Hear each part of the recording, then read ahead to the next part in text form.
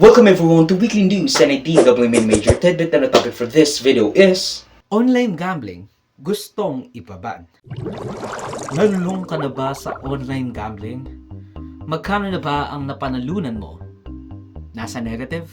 Ikinakasa na ang krusada laban sa online gambling, with multiple senators voicing their concern sa lumalaking epidemya ng online gambling at pagkalulong ng mga Pilipino, mayama't mahirap, bata't matanda. Gaano ba kalaki ang nakukuha ng gobyerno at ng mga e-gambling sites sa mga ordinaryong Pilipino? Nang sa katunayan, sa loob ng first 4 months ng 2025, the first quarter ng 2025, mayroong gross gambling revenue na 50 billion pesos ang mga nakuha ng mga e-gambling sites. Already on par ito sa kabuuang revenue na nakuha noong 2023. Ibig sabihin, ngayon pa lang, nalagpasan na natin yung 2023 as a whole revenue ng mga nagsusugal. Ibig sabihin, it is projected na umabot sa 200 billion pesos ang makukuha ng mga e-gambling sites from the Filipino people gamit ang sugal. That's up 400% from 2023 if tuloy-tuloy ang projected and even just the general trajectory. Ganyan ka-adiktos ang Pilipinas at mga Pilipino sa online gambling. Gustong-gusto makapaldo, pero ang pumapaldo pala, yung scatter. Na kung iisipin natin, para itong regressive tax sa mga low-income na Pilipino. Hindi man sila nagbabayad ng income tax kasi masyadong mababa yung binabayaran o wala naman silang formal na trabaho, nakukuha pa rin ng gobyerno ang almost 100% ng kanilang pera sa online sugal tulad ng e-sabong, scatter, sa pula at sa puti, among many others. Ako nga, lagi ako nakakakita ng mga ads for gambling, poker, blackjack, and all that stuff. Hindi naman ako nagsusugal. Across the aisle, we have Cayetanos, JV Ejercito.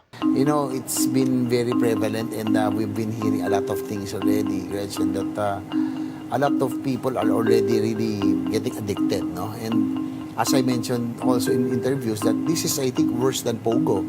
Because at least in Pogo, you know, if remove the crimes related to it, at least yung... Hindi tayo biktima. Hindi tayo biktima. Yung kinukuha natin pera from overseas, no? Kasi offshore gaming. Yes, it's offshore gaming. But this time around, with the online gaming at present, we're victimizing ordinary Filipinos. And ang worry ko, Gretchen, not only ordinary Filipinos, yung mga workers, employees, no, na yung hand to mouth na lang tataya pa na, but also the youth are it's so easy, no, with the use of the phone.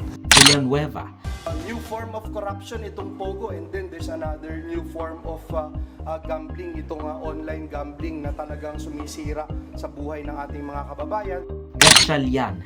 Marami kaming balita na pati bata ngayon ay nag-online gambling na ngayon. So hihigpitan namin ito. Tataasan yung age from 18 to 21.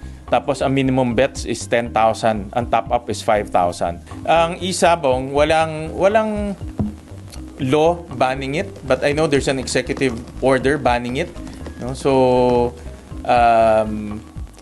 siguro pag-aralan, kasi ako personally I'm against e-sabong, no? Dahil talagang nakita naman natin yung nangyari nung inalawin e-sabong. So we'll also study whether to pass a law to permanently ban e-sabong.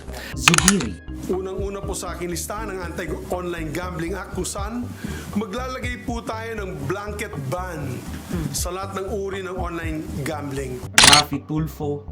Now here comes online gambling na hindi lamang mga adults ang nalululong, kundi ang nakakatakot dito, mga kabataan, estudyante, as young as 10 years old, naglaro ng scatter.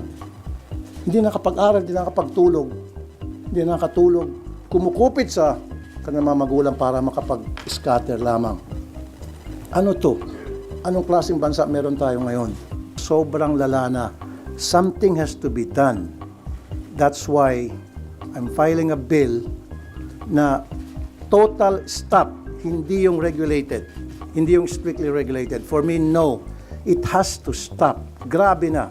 Kailan tayo titigil kung bagsak na ang ating bansa, ang ating lipunan? We have to step on the brakes right now. Bongo. Sa online gambling, I agree with my colleagues on the possibility of banning online gambling. I intend to co-author similar measures. Hontiveros. Well, kahit listed sila sa PSE kung online gambling company sila, in a way, lalo na ngayon, sui generis sila. At tingin ko, wala silang tamang lugar dapat sa mga cellphones natin, sa mga e-wallets lalo na at saka super apps. We have to have strict regulation, Karen, laban dun sa proven na social harm ng online gambling, lalo na kung magpatuloy tulad ngayon na practically totally unregulated. Of course, walang may gusto ng hindi lisensyado, pero kung Pinoy na mga kumpanya sila at lisensyado, then they should be willing and able na sumunod sa mga batas ng republikang ito. At yun yung intention namin na mga naghain ng mga panukala para strictly i-regulate yung online gambling, na pasundin yung mga kumpanyang ito for the public good. Kahit know your customer, madali naman ang para sa isang 17-year-old o younger, i-click na, yes, I'm 18 years old. O pagkatapos nun, wala na pong magre-regulate sa kondukta ng kumpanya. Hindi pwede yon, Karen eh. I am for the strictest regulations possible. Para sa But isang you tao, still ay want yan it on the ang phone. You still want it on the phone? Kasi ang nakaka-addict, it's on the phone. Yeah. Exactly. It's accessible anytime of the day, all day. So, pag-usapan namin yan. And I'm sure many more ang gagamit ng kanilang mandato para iboses ang kanilang oposisyon sa online gambling as they file numerous bills to either regulate or ban online gambling sa buong Pilipinas. So ano ba dapat talaga ang dapat gawin? There are two schools of thought, whether i-ban o i-regulate at higpitan ang sugalan. Kapag binan natin ang mga online sugalan, hindi lang sa integration nila sa mga e-wallets, kasi kapag nakikita natin sa GCash or sa Maya or sa wherever, sa mga wallet sites natin, pipindutin mo lang doon, gaming. Scatter na, pwede na maglaro ng scatter. Kasi nga, integrated sila sa e-wallets. Kumbaga, merong partnership ang e-wallet at yung gambling site. It will just lead to more online gambling underground though. Now, of course, it will just lead to more online gambling underground. Yung mga protective measures ng mga e-wallets tulad ng identification, age requirements at marami pang iba, mawawala kasi illegal na siya. So, everything is fair game. Hindi katulad na ngayon, meron pa rin namang age requirement at identification. Pati na rin, of course, pwede sila mag-impose ng minimum or maximum payout or top up. Katulad ng abortion, banning something doesn't prevent it. It just brings the shit underground, making it less secure, more accessible to more people, especially the underaged and the more vulnerable in our society sa mga illegal na paraan with lesser, if any, protection. Pero kung i-regulate at higpitan naman ang pagsusugal. Alam mo kasi, maski nung pumayag ako dahil kailangan natin ng pera. Marami tayong mga nagsulungan, hingi ng tulong, makakatulong. Hindi ko hininto kasi kailangan ng pera sa isabong ng gobyerno. I make it public now. It's 640 million a month. In a year's time, it's billion plus. Saan tayo maghanap ng pera ng gano'n na kadali? Na siguro. Sa taxation natin. So, ang gobyerno can only fraud. Ang sasabihin sayang ang tax revenue na makukuha ng PAGCOR sa online gambling. Reminiscent ng sinabi ni Duterte sa mga Pogo Hubs. And sinasabi na ng iba, tignan mo nangyari sa mga Pogo Hubs. Ginawa nating legal. Timaksan natin. Tapos ano mangyayari?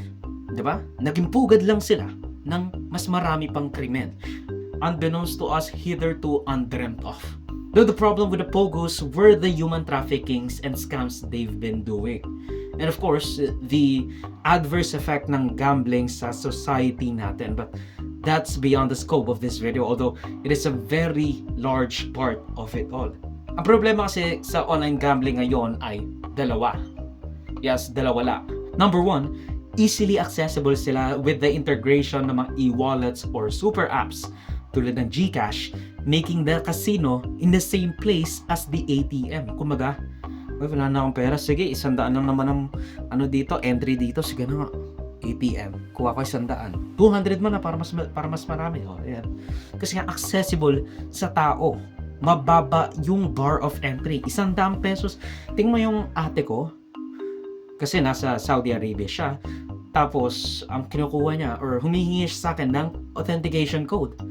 Kasi nga, nanghihingi siya or nagbibigay siya ng 100 pesos sa gambling site para makapaglaro. And minsan hindi ko na nga pinapansin kasi nga, again, she's just throwing her money out of the way. Number 2, mababa ang barrier of entry. Basta may 100 ka, maybe even less, pwede na. Ayun ang sinasabi natin, easily accessible kasi nga, nasa isang platform lang sila, hindi ka na pwedeng lumabas ng tapos kumuha ka ng code, ganyan. Diba? Nasa isang app lang.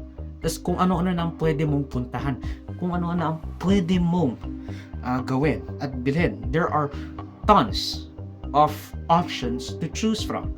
And that our monkey brain has not yet developed para i-resist yung mga ganitong temptasyon. Now, I'd lean more towards deregulation rather than banning it entirely. Itaas ang barrier of entry. Make it harder for people. Remove from super apps and e-wallets. Tax the hell out of them. At again, itaas nyo. Let's say, katulad nga ng ginawa ni Sherwin Gatchalian. Nasa 3,000 to 5,000 ang minimum top-up. Para lang mapaisip rin ng tao. 3,000 ilalagay ko dito, tapos wala pang 10 minutes, ubos na, di ba? So I guess that's the better way to do it kasi again, making something illegal doesn't really do anything except make it underground. Less control by the government. Less control by the overarching framework ng ating society. Tapos nakikita pa natin mga endorsers, di ba? Parang ang weird no na you have this mandate, you have this influence for a lot of people, tapos ipupush mo lang into gambling. Tapos sasabihin mo, well, ano naman nila yan kumbaga meron tayong free will, ganyan. Pero hindi yun Kaya kanila kinuha bilang influencer, hindi naman sila nagtatapon lang ng pera. Alam nila na susceptible ang tao, may tiwala ang tao sa influencer na katulad mo. Kaya kanila kinukuha ang endorser kasi alam nila, and they have calculated this millions of times already, na the talent fee na kukunin mo sa kanila and even just the residuals at yung mga affiliate links, wala rin. It will be amassed, it will be collected multiple times over. The revenue from those ads will just multiply their profits. Ang video clip na ito ay galing sa aking series ng News sa Renver de Rica.